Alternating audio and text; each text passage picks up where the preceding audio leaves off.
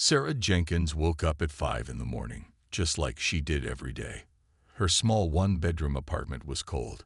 The heater hadn't worked right for months, but her landlord never fixed it. She didn't complain much. Sarah wasn't the type to make trouble. She made her bed neatly, smoothing the old quilt her grandmother had given her years ago. It was one of the few nice things she owned. Her furniture was secondhand. Her clothes were from discount stores, and her car was 15 years old. But everything was clean and well cared for.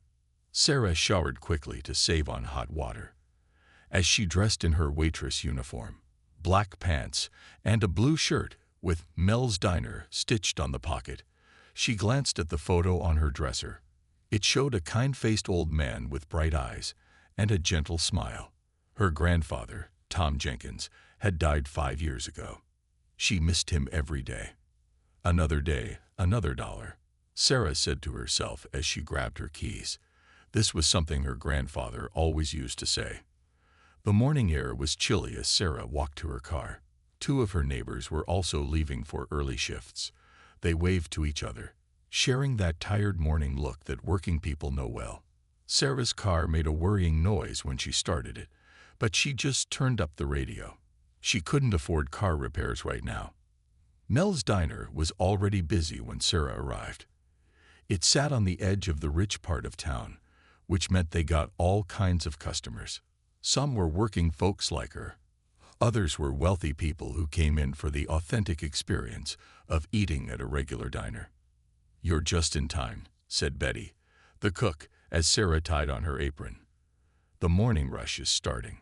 Sarah worked hard for the next few hours, filling coffee cups, taking orders, and carrying plates of eggs and pancakes. Her feet hurt, but she kept a smile on her face. Tips were how she paid her bills. What no one at the diner knew, what no one in the world knew except for one old lawyer, was that Sarah Jenkins was actually incredibly rich, or she would be soon.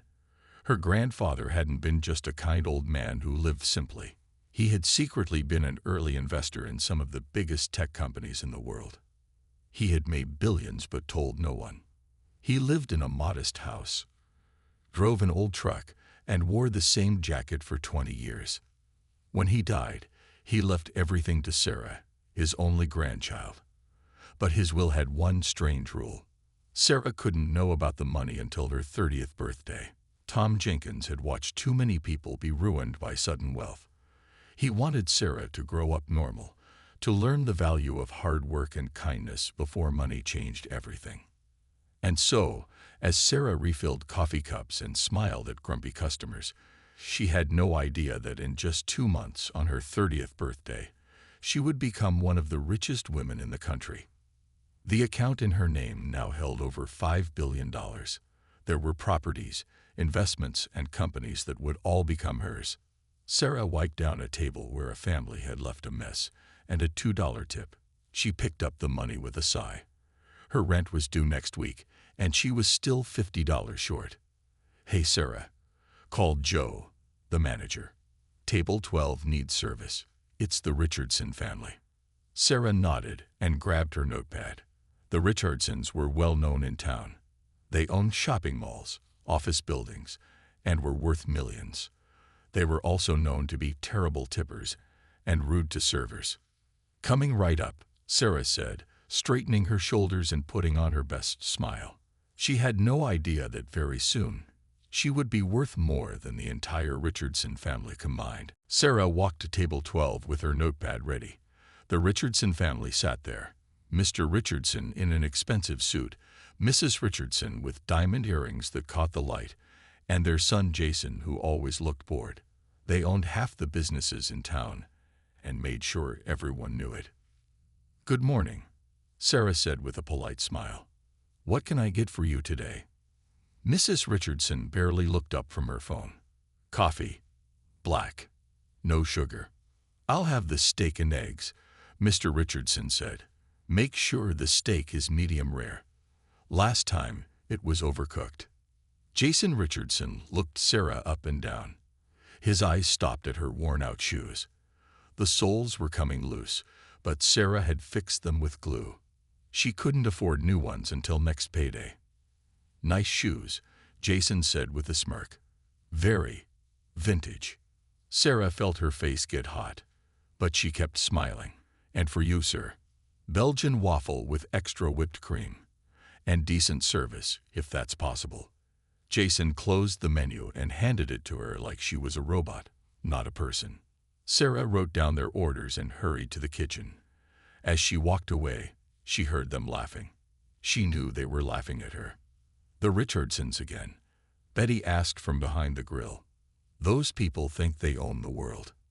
They kind of do own this town, Sarah said as she put in their orders. At least they act like it. While Sarah waited for the food, she served other tables. Most people were kind. An old couple left her a $5 tip and told her she reminded them of their daughter. A young mom with 3 kids thanked her for bringing extra napkins without being asked. These small kindnesses made the hard job better. The bell rang, and the Richardsons' food was ready. Sarah carried the heavy tray carefully. As she set down Jason's waffle, she noticed him taking a photo of her hands. Her nails were short and plain, her skin rough from work and cheap soap. I'm starting a photo series, he explained with a cold smile. Working class aesthetic. It's very raw. Sarah said nothing. She needed this job too much to talk back. She filled their coffee cups and asked if they needed anything else. This steak is too done, Mr. Richardson complained, even though he had barely cut into it. I'm sorry, sir. I'll have the cook make you a new one. Don't bother, he said. We don't have all day to wait for you people to get it right. Sarah nodded and left the table. In the kitchen, she took a deep breath. 6 more hours of her shift to go. Later, when the Richardsons finished eating, they left a mess. Coffee was spilled on the table. Napkins were on the floor. Their bill came to $67.85. They left exactly $70, which meant Sarah's tip was just $2.15 for all her work and the rude comments she had to smile through. As they were leaving, Sarah overheard Jason talking to his parents. Dad, did you close that deal on the West Side apartments? All set, Mr. Richardson said proudly. We're tearing it down next month. Luxury condos will make us a fortune. Sarah froze. West Side Apartments was where she lived. It was old but affordable, the only place in town she could pay for on her waitress salary. Where would she go if they tore it down? That evening, Sarah found a notice on her apartment door. All tenants had 30 days to move out. The building had been sold to Richardson Properties. At the bottom of the paper was Jason Richardson's signature, with a fancy gold pen. Sarah sat on her bed and looked at her grandfather's photo. What am I going to do now? She whispered. She had no family to help her, very little savings, and now she would need to find a new home. What she didn't know was that in a large office downtown, an old lawyer named Mr. Peterson was preparing papers for her 30th birthday. In his safe was a document that would change everything. The deed to the entire block where the Richardsons were planning to build their luxury condos. It already belonged to Sarah's inheritance, part of her grandfather's secret real estate empire. Sarah spent her day off looking for a new place to live. Every apartment she visited was either too expensive or in bad shape. By evening, she felt tired and worried. She had only 28 days left before she had to leave her home. The next morning, Sarah went to the management office of her building. Maybe they could help her find another affordable place. When she arrived, she saw Jason Richardson standing there in a fancy suit, talking to the old building manager. Miss Jenkins, the manager said when he saw her, I was just explaining to Mr. Richardson that many tenants are worried about finding new homes. Jason looked at Sarah with cold eyes. Ah, the waitress. What a surprise. Sarah took a deep breath. Mr. Richardson, many people in this building are elderly or have children. They've lived here for years. Is there any way you could wait longer before tearing it down? Or maybe help with moving costs? Jason laughed. That's not how business works. We bought this property to make money, not to run a charity. But where will everyone go? Sarah asked. Rents are so high everywhere else. That's not my problem, Jason said. He checked his gold watch. Maybe if you'd worked harder in school, you wouldn't be in this situation now. Sarah felt her face grow hot with anger and shame. She had worked hard in school. She'd even had a scholarship to community college, but had to drop out to care for her sick grandfather. Not that Jason would care about that. We're offering market value for the building, Jason continued, speaking to the manager now. The tenants had cheap rent for years. They should have saved money. Sarah wanted to argue more, but knew it wouldn't help. She thanked the manager and left, feeling worse than before. That afternoon, Sarah served tables at the diner with a heavy heart. Her friend Mia, who worked as a hostess, noticed her sad face. "What's wrong?" Maya asked during their break. Sarah told her about the apartment problem and the rude way Jason Richardson had treated her. "Those Richardsons think they own everything," Maya said angrily. "Did you know they're hosting that big charity event at the Grand Hotel next week?" "What charity event?" Sarah asked. "Some fancy party where rich people pretend to care about poor people," Mia explained. "My cousin works at the hotel. She says they're spending more on flowers than they'll actually donate to charity." Sarah shook her head. "That sounds like them." Mia suddenly brightened. "Hey, I have an idea. My cousin got me 2 tickets to the event. Staff can attend if they help serve drinks for an hour. Come with me." "Why would I want to go to a party with people like the Richardsons?" Sarah asked. "Because free food, silly, and the chance to see how the other half lives. Plus, I need a buddy." "Please." Sarah thought about it.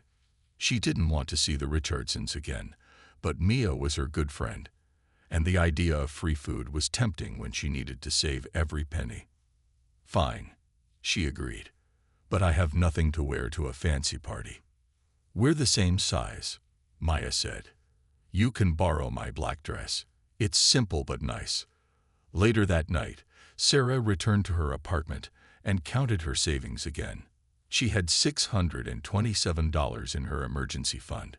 It wasn't enough for first and last month's rent on a new place, plus moving costs. She would need to use her next paycheck too, which meant no money for food or gas that week. As she sat worrying, the phone rang. It was an unfamiliar number. "Hello, is this Sarah Jenkins?" a formal male voice asked. "Yes, that's me," she replied. "My name is Harold Peterson from Peterson Legal Services. I was your grandfather's attorney. I need to meet with you about an important matter.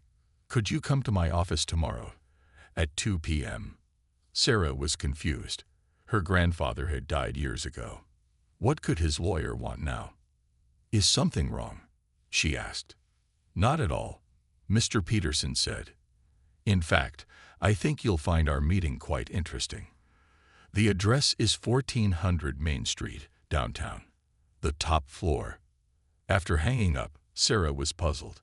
The top floor of 1400 Main Street was one of the fanciest office buildings in the city. What could an expensive lawyer like that want with her? And why now? Just when everything in her life was falling apart. Sarah took the afternoon off work to meet Mr. Peterson. She wore her nicest outfit, simple black pants and a blue blouse she saved for special occasions. As she entered the tall glass building at 1400 Main Street, she felt out of place. Everyone wore expensive suits and dresses. The floor was so shiny she could see her reflection. "May I help you?" asked a woman at the front desk. She had perfect hair and looked at Sarah's clothes with a small frown. "I'm here to see Mr. Peterson," Sarah said. "My name is Sarah Jenkins." The woman's attitude changed instantly. "Oh, Miss Jenkins. Yes, Mr. Peterson is expecting you. Please take the elevator to the top floor." Sarah was confused by the special treatment, but did as she was told. The elevator was made of glass and showed the whole city as it climbed higher. Sarah had never been this high up before. She could see the diner where she worked, looking so small from above. She could even see her apartment building in the distance. When the elevator doors opened, a kind-looking old man with white hair was waiting for her. "Miss Jenkins, I'm Harold Peterson. Thank you for coming." He shook her hand warmly. "Please follow me." His office was large with big windows and old wooden furniture. Pictures on the walls showed Mr. Peterson with important-looking people. He offered Sarah a comfortable chair and a cup of tea. "I'm sure you're wondering why I asked you here," he said, sitting across from her. Sarah nodded. "Is this about my grandfather?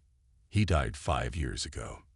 "Yes, it is about Thomas Jenkins," Mr. Peterson said with a smile.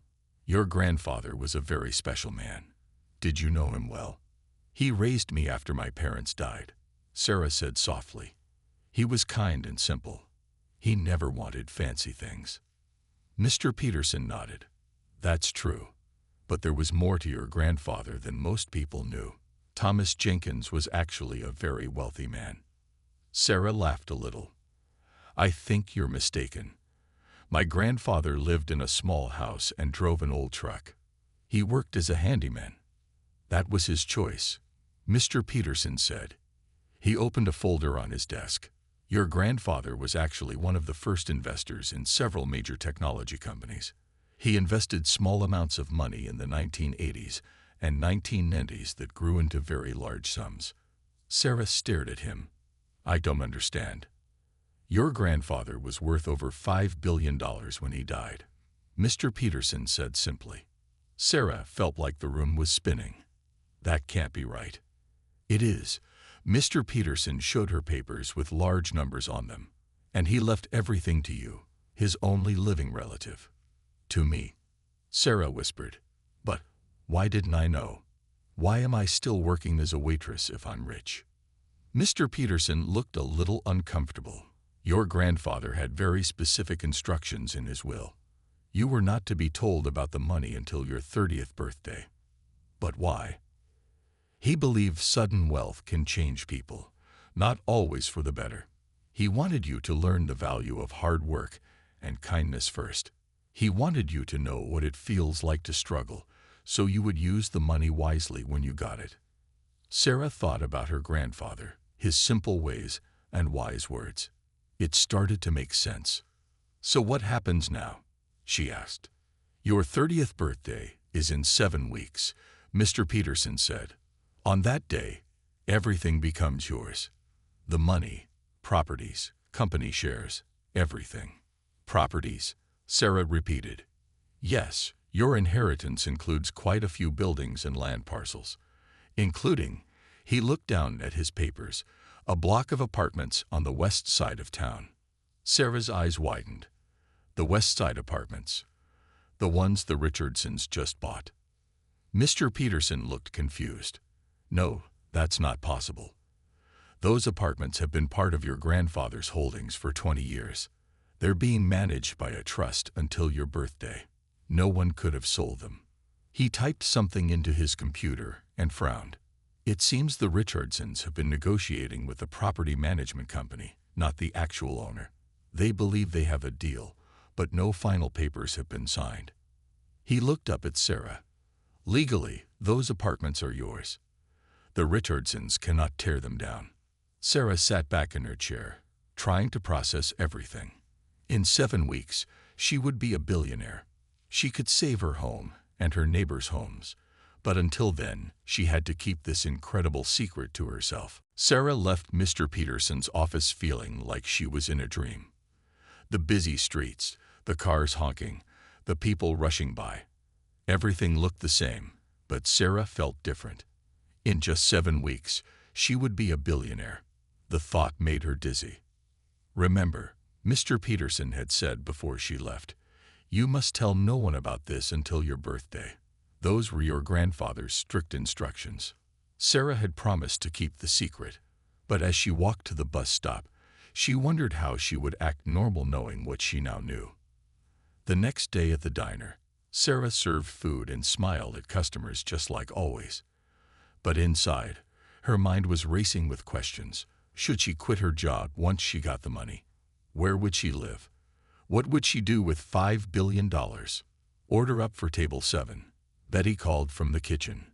Sarah grabbed the plates and turned around. Her heart sank. Jason Richardson sat at table 7 with 2 men in business suits. They had papers spread out on the table. "Here's your food," Sarah said politely as she placed the plates down. Jason barely looked at her. He was too busy talking to the men. "Once we tear down those old apartments, we'll build 30 luxury condos," he was saying. "We'll make millions." "Are you sure the deal is solid?" one of the men asked. "My investors need guarantees." "It's a done deal," Jason said confidently. "The papers just need final signatures." Sarah wanted to tell him he was wrong. The apartments belonged to her grandfather's estate, to her future self.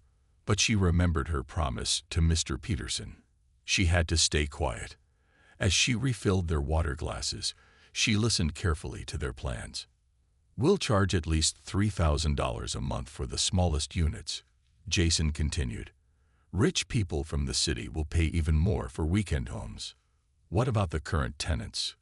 the other man asked. Jason waved his hand dismissively. "Not our problem. They have 30 days to clear out." Sarah's hand shook with anger as she walked away. The Richardsons didn't care about the families who would lose their homes. They only cared about money. That evening, Sarah visited her elderly neighbor, Mrs. Chen. The old woman was packing her few belongings into boxes. "Where will you go?" Sarah asked, helping her wrap a teapot in newspaper. "My son lives 2 hours away," Mrs. Chen said sadly. "I don't want to leave. I've lived here for 20 years. All my friends are nearby. My doctor is here. But what choice do I have?" Next door, the Garcia family with 3 small children were also packing. Down the hall, Mr. Washington, a veteran who lived alone, didn't know where he would go. Sarah wanted to tell them all that they might not have to move, but she couldn't break her promise. She had to wait 7 more weeks. The next day was the charity event that Mia had invited her to. Sarah almost forgot about it until Mia called. "Don't forget. Tonight at the Grand Hotel at 7 o'clock, Maya reminded her. "I'll bring the black dress for you to wear." Sarah didn't feel like going to a party, but Mia was excited, and Sarah didn't want to disappoint her friend. That evening, Mia helped Sarah get ready in the diner's bathroom after their shift ended. The black dress was simple but elegant. Maya lent Sarah a necklace and some makeup. "You look amazing," Maya said when they were done. "No one will know you're just a waitress." Sarah looked at herself in the mirror. The woman staring back looked different, more confident, more polished. For a moment, she imagined herself as the billionaire she would soon become. As they took the bus to the Grand Hotel, Sarah felt nervous. The Richardsons would be there. Could she face them without revealing what she knew? The hotel was the fanciest building Sarah had ever been in. Crystal chandeliers hung from high ceilings. The floors were marble. Everyone wore expensive clothes and jewelry. "Remember," Mia whispered as they entered, "we serve drinks for 1 hour. Then we can enjoy the party." Sarah nodded, trying to look like she belonged there. But inside, she felt like an imposter, not because she was poor, but because she was secretly one of the richest people in the room. The Grand Hotel ballroom glittered with lights and wealth. Sarah and Mia joined the other servers in white shirts and black pants. They were given trays of champagne to pass around to guests. "Look at all these rich people," Mia whispered. "That woman's necklace probably costs more than we make in a year." Sarah nodded, moving carefully through the crowd with her tray. She had never seen so many expensive clothes and jewels in one place. "Oh no," she said suddenly, ducking her head. "The Richardsons are here." The Richardson family had just entered the ballroom. Mrs. Richardson wore a red dress that sparkled with tiny stones. Mr. Richardson looked important in his black suit. Jason stood between them, shaking hands with everyone. "Welcome, everyone." A man with a microphone stood on a small stage. "Thank you for coming to support the Children's Hospital Fund." People clapped politely. Sarah continued serving drinks, trying to stay far from the Richardsons, but the room was crowded, and soon she found herself near their group. "This charity event will raise money for new hospital equipment," Jason was saying loudly to some guests. The Richardsons always support good causes. Sarah almost laughed. Just yesterday, he had talked about forcing families out of their homes without caring where they would go. As Sarah moved past them, her elbow was bumped by someone. Water from a glass spilled onto her borrowed dress. "Oh," she gasped, looking down at the wet spot. "Well, if it isn't the waitress from the diner," came a cold voice. Sarah looked up to see Mrs. Richardson staring at her. "What are you doing here?" "I'm helping serve drinks," Sarah said quietly. "How appropriate," Mrs. Richardson said with a small smile, "though it seems you're better at spilling them than serving them." People around them laughed. Sarah felt her face grow hot. "Some people just don't belong in these settings," Mrs. Richardson added loudly. More uncomfortable laughter followed. Sarah wanted to run away, but something inside her changed. In a few weeks, she would be richer than anyone in this room. Why should she feel ashamed? She stood taller and looked Mrs. Richardson directly in the eyes. "I'm sorry about the spill. Accidents happen to everyone, even at fancy parties." Mrs. Richardson raised her eyebrows, surprised by Sarah's calm response. Before she could reply, Jason joined them. "Mother, the mayor wants to speak with you," he said. Then he noticed Sarah. "Isn't this the waitress from our apartment building? The one who was so upset about having to move?" "I still have a home there for a few more weeks," Sarah said. Jason laughed. "Well, enjoy it while you can. We're signing the final papers tomorrow. Construction starts next month." Sarah thought about what Mr. Peterson had told her. The Richardsons didn't actually own the building yet. They couldn't sign final papers. Just then, Mr. Richardson joined them, his face red with anger. He pulled Jason aside, but Sarah could still hear them. "We have a problem with the West Side property," he said angrily. "Someone else has made a claim on it." "What? That's impossible," Jason said. "Who?" "Some anonymous buyer offered twice what it's worth," Mr. Richardson complained. "Now we'll have to find another location for our condos." Sarah hid her smile. This must be Mr. Peterson's work, protecting her inheritance until her birthday. "But we already told everyone about the project." Jason looked worried. "The investors are here tonight." "Keep your voice down," Mr. Richardson hissed. "We'll figure something out." Sarah walked away, feeling a strange mix of emotions. She was happy the apartments might be saved, but she still couldn't tell her neighbors. And she still had to pretend to be a poor waitress for several more weeks. After their hour of serving was done, Mia found Sarah. "Now we can enjoy the party. Let's get some of that fancy food before it's all gone." They filled small plates with delicious foods Sarah had never tried before. As they found a quiet corner to eat, Sarah noticed a tall man watching her from across the room. He looked familiar.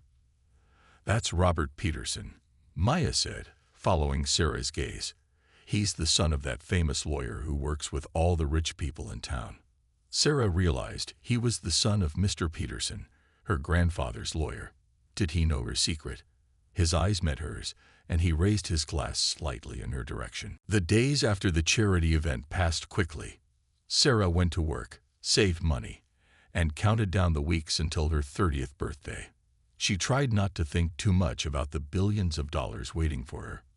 One morning, as Sarah served breakfast at the diner, she heard exciting news from her customers. "Did you hear about the West Side apartments?"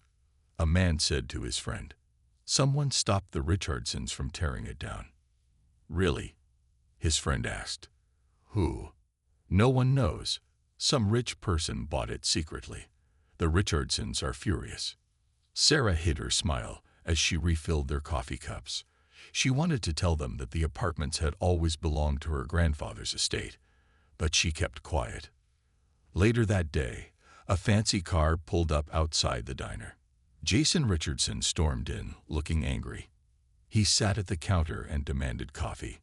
Sarah brought it to him. "Anything else, sir?" Jason glared at her. "No." Then he seemed to change his mind. "Actually, yes. Do you still live in those apartments?" Sarah nodded. "Yes, for now." "Well, consider yourself lucky," he said bitterly. Someone stole that property right from under us. Now we have to start all over with a new location. I'm sorry to hear that, Sarah said, trying to sound sincere. Jason studied her face. You don't seem very upset. I thought you'd be sad about losing your home. Losing my home? Sarah asked, confused. The new owner will probably raise the rent, Jason said with a mean smile. Maybe even higher than we would have. Sarah hadn't thought about that. What would happen to the apartments once she owned them? Mr. Peterson hadn't explained that part. As Jason left, he dropped a $1 tip for his $3 coffee. Don't spend it all in one place, he said with a smirk. That evening, Sarah received another call from Mr. Peterson. Miss Jenkins, I'd like to update you on a few matters, he said in his formal voice. The West Side Apartments situation has been resolved. The Richardson offer has been officially rejected. What happens to the building now? Sarah asked. Will the people living there still have to move?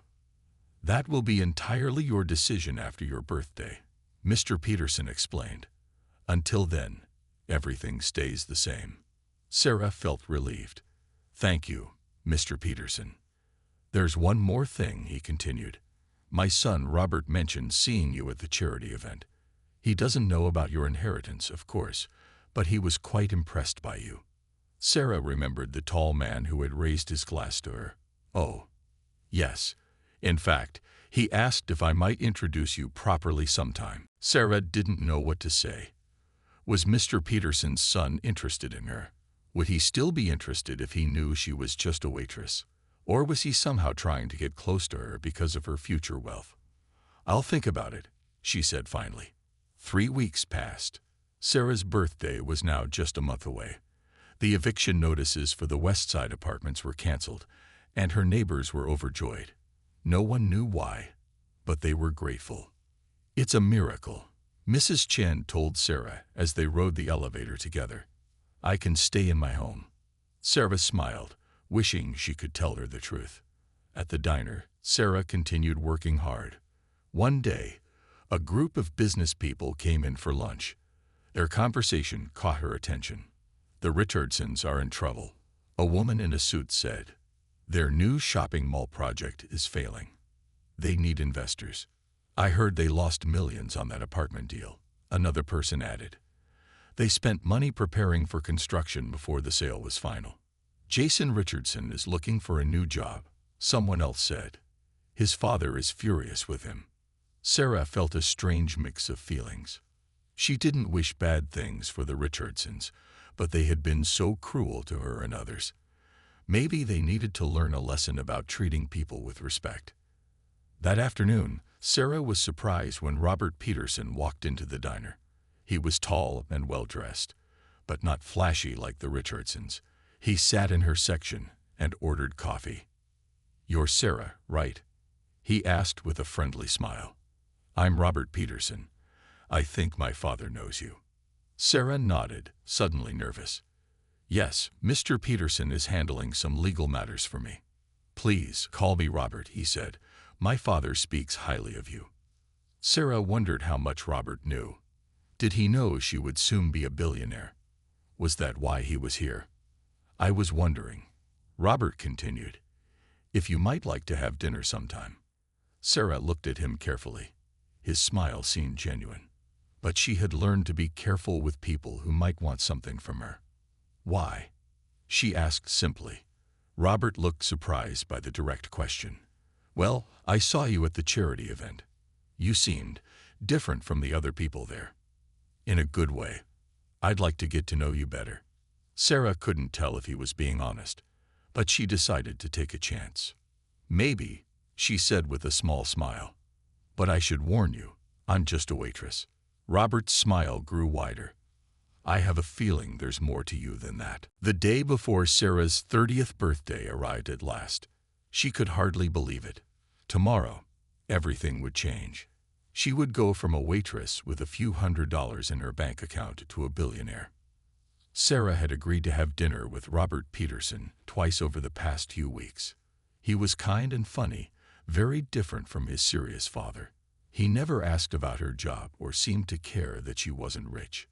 Sarah enjoyed his company but remained cautious. She still wasn't sure if he knew about her inheritance. "Are you excited about your birthday tomorrow?" Maya asked as they cleaned tables at the end of their shift. "More nervous than excited," Sarah admitted. That was true, even though Mia didn't know the real reason. "Turning 30 isn't that bad." Maya laughed. "We should celebrate. Let's go out tomorrow night." "I can't," Sarah said. "I have a meeting with Mr. Peterson in the morning. And then, some family matters to take care of." The truth was, she would be signing papers to receive her inheritance. Mr. Peterson had explained that it would take several hours. By tomorrow afternoon, she would officially be one of the richest people in the country. As Sarah left the diner, her phone rang. It was Joe, the manager. "Sarah, I need a huge favor," he said. "The Richardson family is having an event at their new office building tomorrow. They need extra servers. I know it's your day off, but they're paying double. Can you help?" Sarah wanted to say no. Tomorrow was her big day, but she needed the money for one more day, and the thought of serving the Richardsons as a waitress for the last time had a certain appeal. "What time?" she asked. "Noon until 3, Joe said. It's some kind of announcement about their new business plans." Sarah thought quickly. Her meeting with Mr. Peterson was at 9 in the morning. She should be done by 11. "Okay, I'll do it," she agreed. The next morning, Sarah woke up early. "Happy birthday to me," she whispered to herself. She dressed carefully in the outfit she had bought for the occasion, a simple but elegant navy blue dress that made her look professional. At the law office, Mr. Peterson greeted her with a warm smile and a small birthday cake with one candle. "Happy birthday, Miss Jenkins," he said. "Your grandfather would be proud of the woman you've become." Sarah felt tears in her eyes. "I miss him."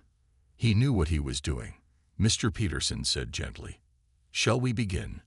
There are many papers to sign. For the next 2 hours, Sarah signed document after document. Some were for bank accounts, others for properties, and many for company shares. Mr. Peterson explained each one carefully. "And with this last signature," he said finally, "it's official. You are now the owner of Jenkins Enterprises and all its assets, valued at approximately $5,200,000,000. Sarah stared at the paper she had just signed. It didn't feel real. "Your grandfather left you this letter to read today," Mr. Peterson said, handing her an envelope. Sarah opened it with shaking hands. Inside was a short note in her grandfather's familiar handwriting. "Dear Sarah, happy 30th birthday. If you're reading this, I've been gone for some time. I'm sorry I kept this secret from you. But I wanted you to become your own person first. Money changes people, often not for the better. I wanted you to learn kindness, hard work, and respect for others before you had the power that comes with wealth. Use it wisely. Help others, and never forget where you came from. Love always, Grandpa." Tears rolled down Sarah's face. She understood now why he had done it this way. "There's one more thing," Mr. Peterson said. "The Richardson family has taken out several large loans from banks that are now owned by your companies. They don't know this, of course." Sarah looked up, surprised. "What does that mean?" "It means," Mr. Peterson said with a small smile, "that you now have considerable influence over their business dealings. They will need to meet with the new owner of Jenkins Enterprises, you, very soon to discuss terms." Sarah checked her watch. It was 11:30. "Actually," she said, standing up and straightening her new dress, "I believe I'm seeing them at noon." Sarah arrived at the Richardsons' new office building at exactly noon. The large glass tower shone in the sunlight. She wasn't wearing her waitress uniform. Instead, she wore her new navy blue dress and carried a small briefcase that Mr. Peterson had given her. It contained important papers about the Richardsons' loans. At the front desk, a woman looked at Sarah with confusion. "Are you here with the catering staff? The service entrance is in the back." "No," Sarah said calmly. "I'm here for the meeting with the Richardson family." My name is Sarah Jenkins. The woman checked her computer. I don't see your name on the list. Just then, Joe from the diner rushed in. Sarah, there you are. Where's your uniform? The event is starting. Sarah smiled at him. I'm not here to work today, Joe. I'm actually here on business. Joe looked confused, but before he could say anything, the elevator doors opened. Jason Richardson stepped out, looking annoyed. What's going on here? He demanded. The event starts in 10 minutes, and the servers aren't ready. He spotted Sarah and frowned. What are you doing here? And why aren't you in uniform? Sarah took a deep breath. This was the moment she had been waiting for. Mr. Richardson, my name is Sarah Jenkins. I'm the owner of Jenkins Enterprises. I believe we have some business to discuss. Jason laughed. Very funny. Now go get changed. I'm not joking, Sarah said. She opened her briefcase and handed him a document. Your family's loans have been purchased by my company. Mr. and Mrs. Richardson appeared from another elevator, dressed in their finest clothes for the event. They stopped short when they saw Sarah. What is she doing here? Mrs. Richardson asked sharply. Mother, father, Jason said in a strange voice. This is Sarah Jenkins. She owns Jenkins Enterprises. She owns our loans. Mrs. Richardson laughed nervously. Don't be ridiculous. She's a waitress. Not anymore, Sarah said simply. The color drained from Mrs. Richardson's face as she realized it was true. Mr. Richardson stepped forward, suddenly all smiles. Miss Jenkins, what a pleasant surprise. We had no idea of your position. Please, come up to my office. We can talk privately. Actually, Sarah said, I think we should discuss this at your event. Aren't you announcing your new business plans today? I believe those plans might need to change.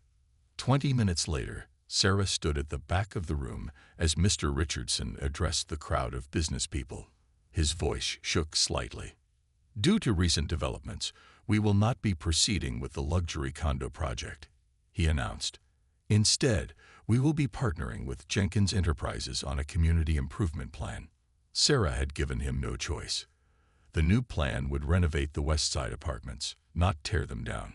The rents would stay affordable, and the Richardsons would fund a job training center for low-income residents. After the event, as people mingled and talked, Robert Peterson found Sarah. So, he said with a smile, I guess you're not just a waitress after all. Sarah looked at him carefully. Did you know? Robert shook his head. My father never told me. But I knew there was something special about you from the first time I saw you. And now that I'm rich, does that change how you feel? Robert thought for a moment. It makes me a little nervous, actually. You're way out of my league now. Sarah laughed. I'm still the same person I was yesterday. That's what I'm counting on, Robert said. 1 year later, Sarah hosted a charity event at her newly established Jenkins Foundation. Her first project had been building affordable housing where her old apartment had stood. Her second was a scholarship program for service workers. As she took the stage to give a speech, she spotted the Richardson family sitting quietly in the back. They worked for her now, running the community programs they once would have laughed at. Life has taught me that true wealth isn't about how much money you have, Sarah said to the crowd. It's about how you treat people when you think they have nothing to offer you. Her eyes met Jason's, and for once, he was the one who looked away first.